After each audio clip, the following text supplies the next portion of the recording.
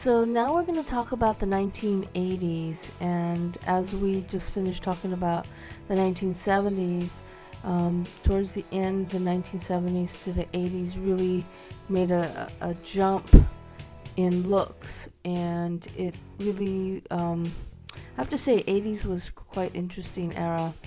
I wouldn't say it was the most classy. It was kind of a mishmash of different things and kind of over the top, if you will. 1980s with the white color ranges entering the wearer's palette, such as like bright day glow fluorescent tones in the colors of the clothing as well. A lot of the makeup had day glow colors in it, and that was usually adorned with frosted pastel lipstick and wild eye colors that were popularized by pop rock and punk music stars like Blondie and what have you. A lot of these neo-romantics, if you will. Makeup of today's Western world claims to be a melange of pastels, of course, with a new emphasis on natural look. So this natural look, strangely enough, has been taken centuries from painting faces all the way from the 20th century. So, the 80s had a lot of influence from every era, and then they kind of made their own as well. Sort of like what they did in the 70s, but they took it to another kind of, almost like, I don't know if I would call it chic or anything. It was really all over the place. It was really a very interesting era, in my opinion. The hairs were really curly. There were leg warmers and things like that. So, I know what you're thinking. I mean, who would want to revisit the perms and leg warmers, shoulder pads? Really that dominated the 1980s. I mean, if you want to talk about a movie that epitomizes the 80s, and you have Pretty in Pink, you have St. Elmo's Fire, you have, of course, Flashdance. Those are really big, iconic movies. Ferris Bueller. These are very big, iconic movies that really epitomizes the 1980s. When Harry Met Sally. So, in 10 years, the makeup went from perfectly natural to thick foundation, motorway, blusher type, and neon eyeshadows.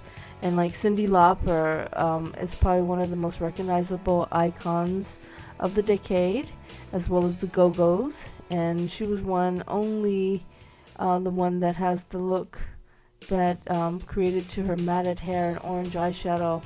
And that really was, to me, the 80s of what was influential for women at that time.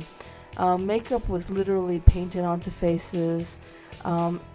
Just like if you look at even also Boy George, who wore full-on face makeup, and he was a very he-she style icon. He really took the whole painted face into an iconic phase of the 80s. And he did some very interesting colored hairs and hats and scarves and things like that. So he was really, really big. And then you have, of course, not Boy George, I just said. You have George Michael's in Wham, and that was a really big time in that time. And also Madonna. How can we forget Madonna? Madonna was a huge icon in the 80s. That's where she launched, and she was more in the mid 80s, but definitely she was big, very big in how she had her own style and fashion that everybody definitely followed. So if you want to do any great research, I would definitely follow Madonna in the 80s, as well as Cyndi Lauper. Those were very big icons that really created a strong image of what went on. And women wanted you to be able to tell they had layers and layers of makeup on. It was a big thing. It's like they didn't want to hide from the crowd. They wanted to stand out. The delicate golden glow of the 70s was well and obviously truly gone by the time the 80s hit. And in the mid to late 80s, looking pale and striking was the ultimate look of choice. So some women opted for liquid foundations 1 or 2 shades lighter than their natural skin tone, and so that any bright colors they used would pop more. And like I said, a culture club, even though Boy George was a man, he was very much influential with even women's makeup. Eyes were covered in block color shadows. It was a very interesting time. And from inner corner to the temple right up to the brow bone, it's really, the smoky eye was an unusual, usually used with unusual color combinations. And what I would say was most on the trend were like a lot of the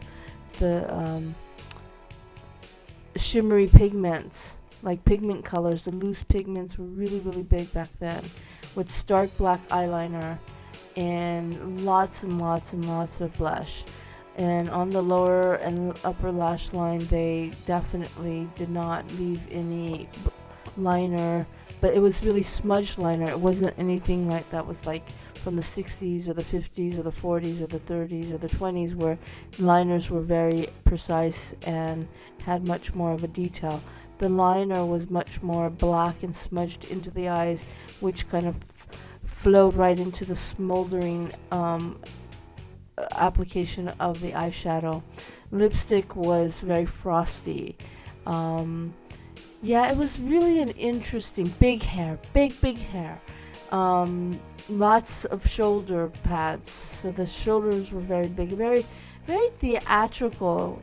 And I wouldn't say it was the most beautiful era, because I don't think that I would definitely go back to the 20s and 30s and 40s before I would go back to the 80s as far as looking cool. But that's a lot of the trends are coming back. So you can take some bits and pieces of the 80s, but if you wanted to really go full 80s, it really does. I mean, people still look at it as sort of kind of a tacky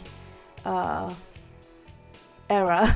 So, but definitely look at all those references that I had mentioned, and especially Madonna and Boy George and Cyndi Lauper. Pretty in Pink was really a great one to use. But yeah, that era was definitely something that you will need to know, because it's not that far away in time from us, but it was far away enough where it had its own look. But if you are doing any kind of projects that are referencing to that, it's something you need to look at. So that was the 1980s, and quite a very interesting era.